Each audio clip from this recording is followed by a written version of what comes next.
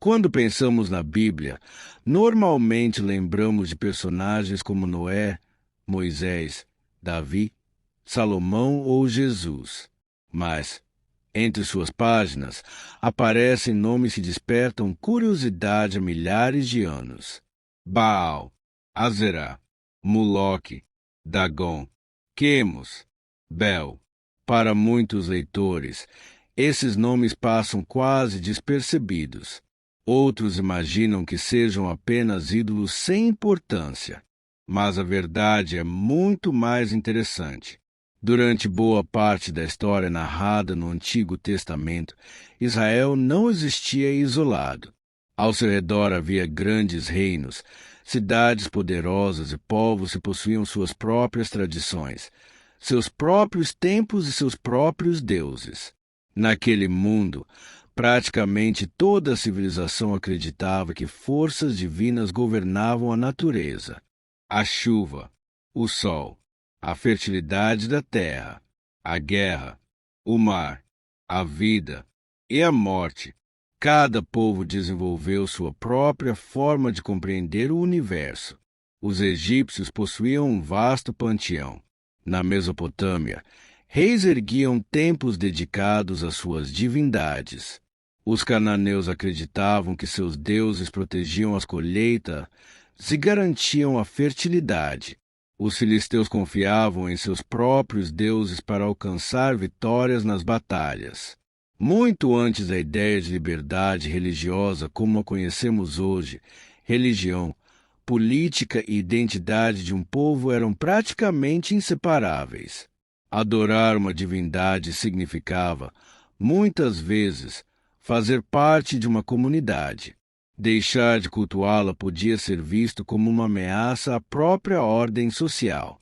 Foi nesse cenário que surgiu o antigo Israel.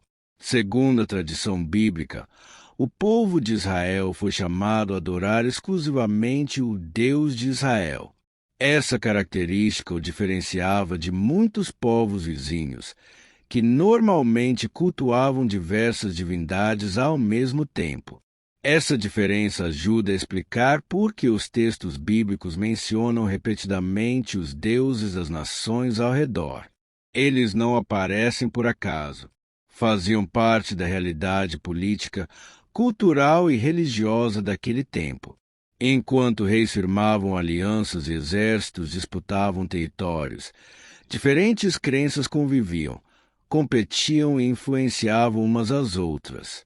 Por isso, compreender quem eram essas divindades também é compreender melhor o mundo em que os relatos bíblicos foram escritos. Mas entre todos esses nomes, um aparece com muito mais frequência do que qualquer outro. Seu culto espalhou-se por grande parte do Antigo Oriente. Seus templos atraíam multidões. Seu nome tornou-se um dos maiores símbolos da religião cananeia. Esse Deus era conhecido como Baal. Muito antes de Israel tornar-se um reino estabelecido, a região de Canaã já era habitada por diversos povos. Eles construíram cidades fortificadas, desenvolveram rotas comerciais, se criaram uma rica tradição religiosa que influenciaria todo o Antigo Oriente. No centro dessa tradição estava um conjunto de divindades conhecido hoje como Panteão Cananeu. Entre todas elas, nenhuma alcançou tanta importância quanto Baal. Mas quem era Baal? Ao contrário do que muitos imaginam, Baal não era originalmente um nome próprio. A palavra significava algo como senhor ou mestre e podia ser usada para diferentes divindades em várias regiões. Com o passar do tempo, porém, passou a identificar principalmente o Deus associado às tempestades, aos trovões, à chuva e à fertilidade. Para nós, que vivemos em uma época de irrigação, barragens e previsões meteorológicas, talvez seja difícil compreender a importância disso. Mas, há mais de 3.000 anos, uma boa colheita podia significar a sobrevivência de uma cidade inteira. Sem chuva, não havia trigo. Sem trigo, não havia pão. Sem alimento, surgiam a fome, as doenças e os conflitos. Por isso, Os antigos cananeus acreditavam que Baal controlava uma das forças mais importantes da natureza. Quando as chuvas chegavam na época esperada, muitos entendiam aquilo como um sinal de seu favor. Quando vinham longos períodos de seca, acreditavam que o Deus estava ausente, enfraquecido ou havia sido derrotado por forças rivais. Essa ideia aparece em antigos textos descobertos na cidade de Ugarit, atual Síria. Esses escritos, conhecidos como os textos de Ugarit, revelam parte da mitologia cananeia e descrevem Baal enfrentando outras divindades em uma série de narrativas que buscavam explicar os ciclos da natureza, das estações e da fertilidade. Essas descobertas arqueológicas permitiram aos estudiosos compreender muito melhor o universo religioso dos povos mencionados na Bíblia. Ao lado de Baal, outra figura ocupava posição de destaque: Azerá. Em diferentes tradições do Antigo Oriente, Azerá era associada à maternidade, à fertilidade e à proteção da vida.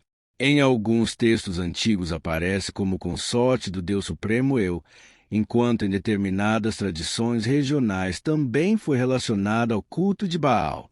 Como acontece com muitas religiões da antiguidade, essas crenças variavam de uma cidade para outra e se transformaram ao longo dos séculos. Seu culto frequentemente incluía postes ou árvores sagradas, conhecidos nas traduções bíblicas como postes ídolos ou simplesmente azeras, erguidos próximos a altares locais de culto.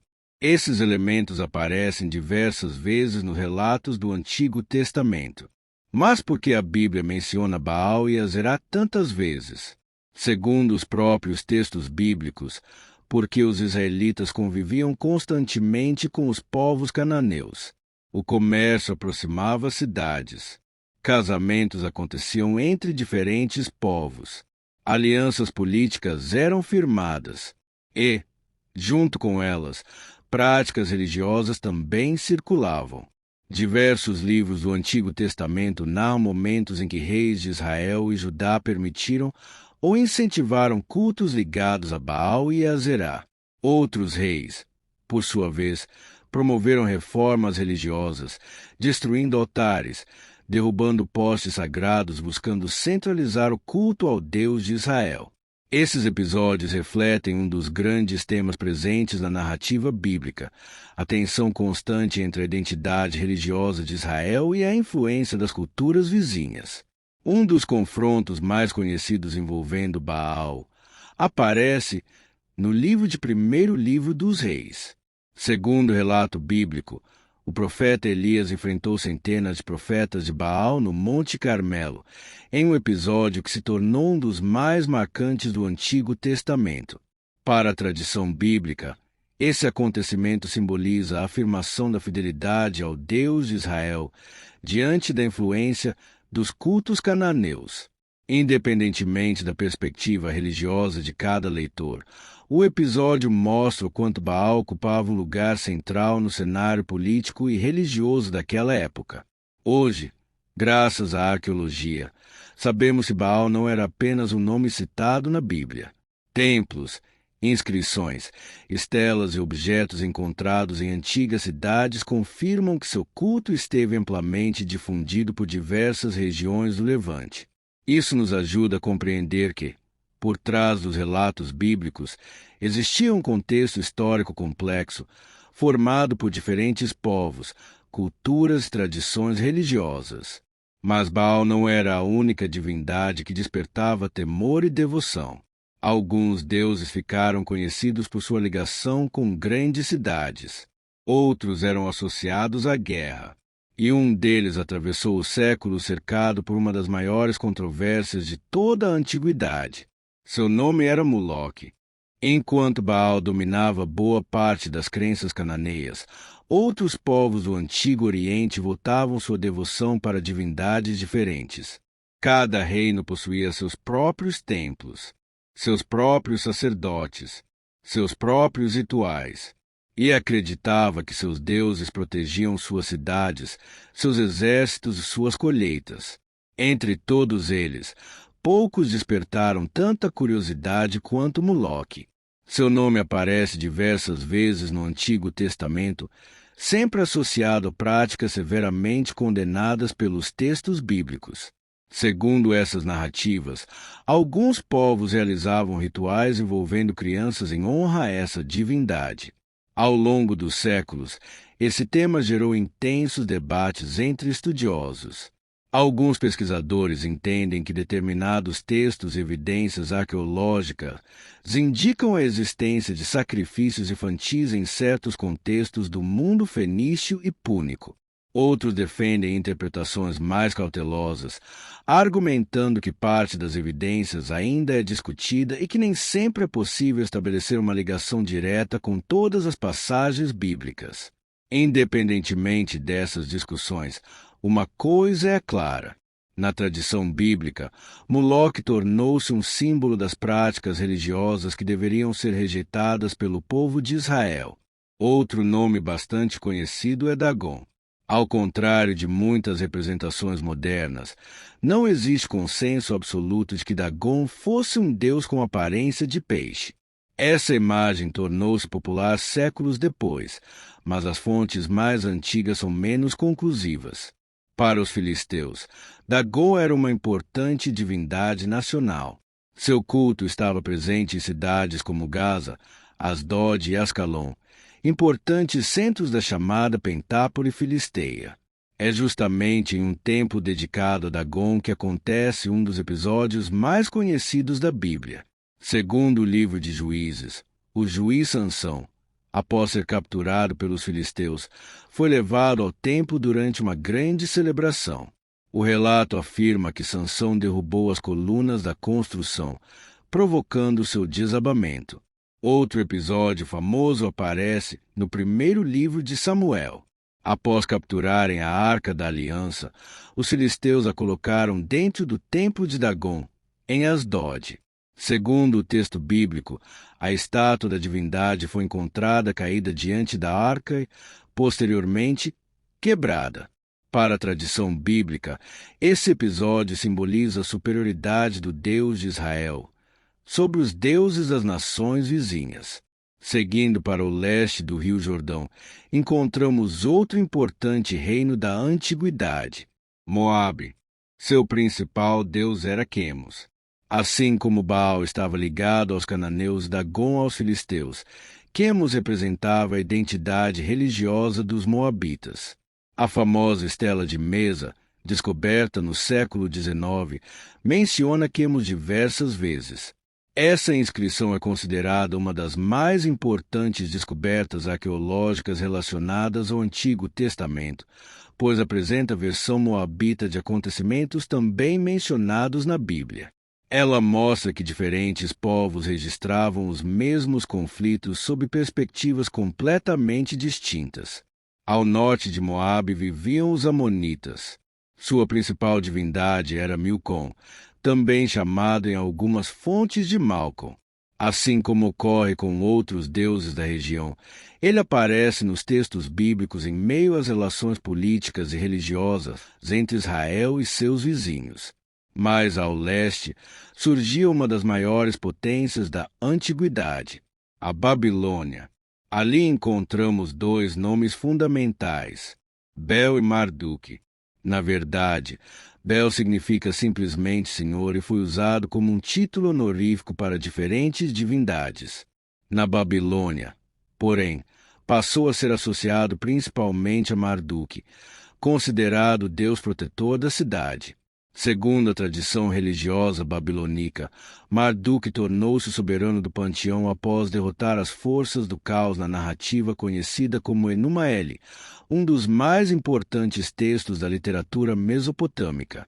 Todos os anos, durante o festival do Ano Novo, sua estátua era levada em grandes procissões pelas ruas da Babilônia.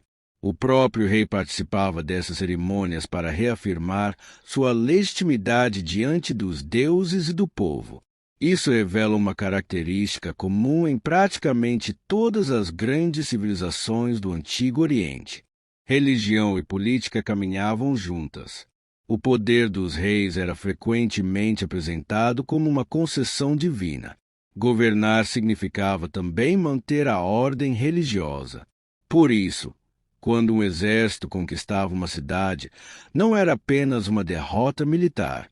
Muitas vezes era interpretada como uma demonstração de que os deuses vencedores haviam triunfado sobre os deuses derrotados.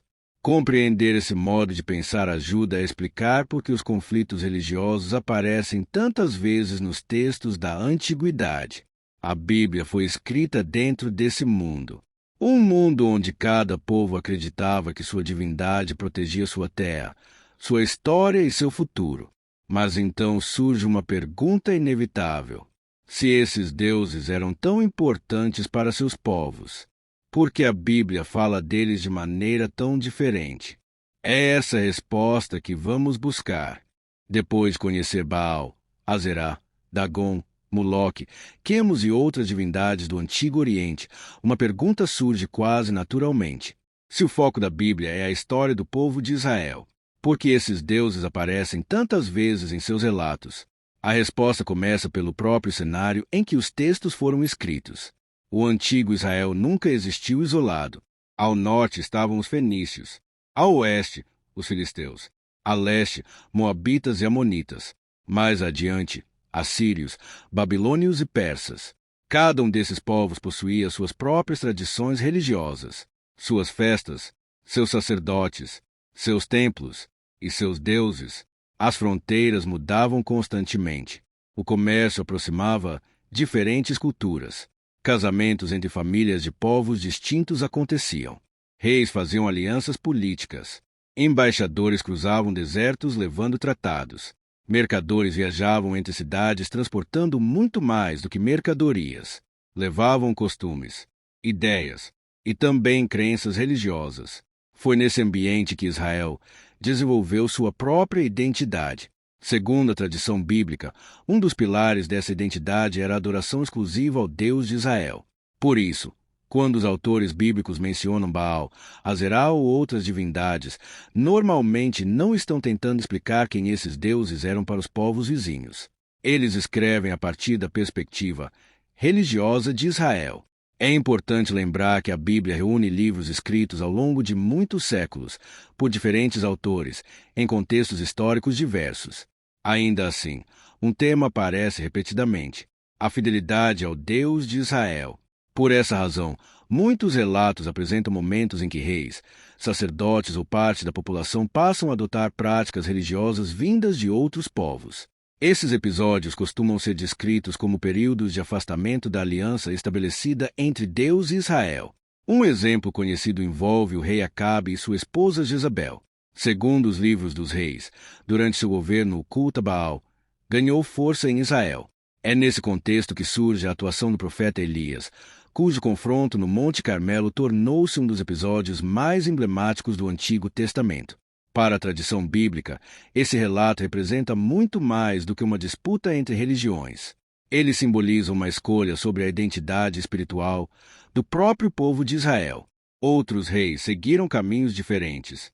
Os livros de Segundo Livro dos Reis e Segundo Livro das Crônicas descrevem reformas promovidas por governantes como Ezequias e Josias. Segundo esses relatos, altares dedicados a outras divindades foram destruídos, postes sagrados removidos e práticas religiosas consideradas incompatíveis com a tradição de Israel foram abolidas. Esses acontecimentos revelam que a convivência entre diferentes crenças fazia parte da realidade daquele período. Ao mesmo tempo, os textos bíblicos também mostram que muitos dos povos vizinhos interpretavam suas próprias vitórias e derrotas de maneira semelhante. Quando venciam uma guerra, acreditavam que seus deuses haviam lhes concedido sucesso. Quando eram derrotados, buscavam compreender por que suas divindades não haviam protegido seu povo. Essa forma de interpretar os acontecimentos era comum em grande parte do Antigo Oriente. Outro aspecto importante é que nem todas as passagens bíblicas utilizam a palavra deuses exatamente da mesma maneira. Em alguns trechos, as divindades das outras nações são apresentadas como ídolos produzidos por mãos humanas. Em outros, aparecem como objeto do culto de povos estrangeiros. Há ainda interpretações religiosas que associam determinadas passagens a realidades espirituais mais amplas. Essas leituras variam conforme a tradição judaica e as diferentes tradições cristãs.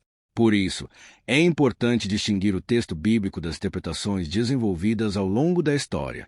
Nosso objetivo aqui não é definir qual interpretação é correta, mas compreender como esses temas aparecem dentro da tradição bíblica e do contexto histórico em que ela foi escrita. Talvez seja justamente esse o ponto mais interessante. Quando lemos hoje nomes como Baal, Dagon ou Quemos, é fácil imaginá-los como personagens distantes. Mas, para os povos da antiguidade, essas divindades faziam parte do cotidiano. E entender isso nos permite enxergar a Bíblia com novos olhos, não apenas como um conjunto de textos religiosos, mas também como uma janela para um mundo antigo, complexo e profundamente marcado pela diversidade de culturas e crenças. E é justamente aí que a arqueologia entra em cena. Durante muito tempo, conhecíamos muitos desses deuses apenas por meio dos textos antigos. Mas, nos últimos séculos, escavações em diferentes regiões do Oriente Médio revelaram templos, inscrições, estátuas, cidades inteiras. Descobertas que ajudaram a reconstruir o universo religioso daqueles povos lançaram nova luz sobre o contexto histórico da Bíblia. É para essas evidências que vamos olhar agora. Durante séculos, o conhecimento sobre muitos dos deuses mencionados na Bíblia dependia quase exclusivamente dos próprios textos antigos. Baal, Azerá, Dagon, Quemos, Marduk. Para muitas pessoas, esses nomes pareciam pertencer apenas ao universo das Escrituras. Mas isso começou a mudar a partir do século XIX. À medida que arqueólogos passaram a escavar antigas cidades do Oriente Médio, um enorme quebra-cabeça começou a ser reconstruído. Templos foram descobertos. Estelas cobertas por inscrições voltaram a ver a luz do sol. Esculturas permaneceram preservadas durante milhares de anos sob camadas de terra. Tabuletas de argila revelaram histórias esquecidas havia milênios. Pouco a pouco, tornou-se possível conhecer melhor as religiões dos povos vizinhos de Israel. Um dos achados mais importantes ocorreu na antiga cidade de Ugarit, localizada na atual costa da Síria. Ali, arqueólogos encontraram centenas de tabuletas escritas em uma língua até então desconhecida. Esses textos revelaram grande parte da mitologia cananeia. Neles aparecem divindades como Baal, Azerá, Anat e outras figuras centrais daquele panteão. Pela primeira vez, estudiosos puderam compreender essas divindades a partir dos próprios registros deixados por quem as cultuava, e não apenas pelas referências encontradas na Bíblia. Outra descoberta marcante foi a Estela de Mesa, também conhecida como Pedra Moabita. Produzida pelo rei Mesa, de Moabe, ela relata conflitos entre moabitas e israelitas sob o ponto de vista de um dos vizinhos de Israel. Na inscrição, o deus Quemos aparece diversas vezes como protetor do povo moabita. É um excelente exemplo de como diferentes civilizações narravam os mesmos acontecimentos a partir de perspectivas distintas. Escavações também identificaram templos dedicados a diversas divindades no território da antiga Canaã. Altares, objetos rituais, incensários, figuras de barro associadas à fertilidade. Esses vestígios ajudam os historiadores a compreender como eram praticadas as religiões mencionadas nos textos bíblicos. Nem todas as perguntas, porém, foram respondidas. Em alguns casos, como o de Moloque, os estudiosos ainda debatem a interpretação de determinadas evidências arqueológicas e literárias. Outras divindades, como Dagon, continuam cercadas por discussões sobre aspectos específicos de sua representação e de seu culto. É justamente isso que torna a arqueologia tão fascinante. Cada descoberta responde a algumas perguntas, mas quase sempre levanta novas. Ao longo das últimas décadas, pesquisadores também encontraram inscrições que mencionam reis, cidades e povos conhecidos por meio da Bíblia. Essas descobertas ajudam a reconstruir o cenário político e cultural do Antigo Oriente. Elas não existem para provar ou refutar a fé.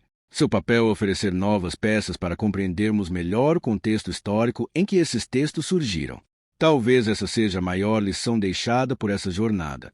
Os deuses mencionados na Bíblia não eram personagens inventados apenas para compor uma narrativa. Eles faziam parte da vida cotidiana de milhões de pessoas. Inspiravam templos, moviam reis, influenciavam guerras, guiavam festas religiosas e ajudavam diferentes povos a explicar o funcionamento do mundo. Conhecer essas antigas crenças não significa adotá-las, nem abandonar qualquer convicção religiosa. Significa compreender melhor o universo em que viveram os autores bíblicos e os povos que com eles conviveram. A história preservou inscrições. A arqueologia revelou cidades. As tradições religiosas conservaram seus próprios relatos. Juntas, essas diferentes fontes permitem reconstruir, ainda que de forma incompleta, um dos períodos mais fascinantes da humanidade. E talvez seja justamente isso que torne o estudo da antiguidade tão especial. Quanto mais aprendemos sobre aqueles povos, mais entendemos que, apesar das diferenças culturais e religiosas, eles buscavam responder às mesmas perguntas que ainda fazemos hoje. Quem somos? De onde viemos? Quem governa o universo? E qual é o nosso lugar na história? Talvez as respostas sejam diferentes para cada tradição, mas a busca por elas atravessa toda a experiência humana. E é essa busca que continua tornando a história uma das maiores aventuras já vividas pela humanidade. Encerramento. Obrigado por acompanhar mais um capítulo das Crônicas da Humanidade. Hoje viajamos por um mundo onde diferentes povos construíram templos, ergueram altares e dedicaram sua devoção a divindades que moldaram culturas inteiras. Conhecer esses deuses não significa escolher entre crenças. Significa compreender melhor o cenário histórico em que alguns dos textos mais influentes da humanidade foram escritos. Nas próximas jornadas, continuaremos explorando civilizações, impérios, religiões, mitologias e grandes mistérios da história, sempre buscando separar aquilo que pertence às evidências históricas daquilo que faz parte da tradição e da fé, com respeito a ambas. Porque entender o passado é uma das formas mais fascinantes de compreender o presente. Até o próximo capítulo das Crônicas da Humanidade.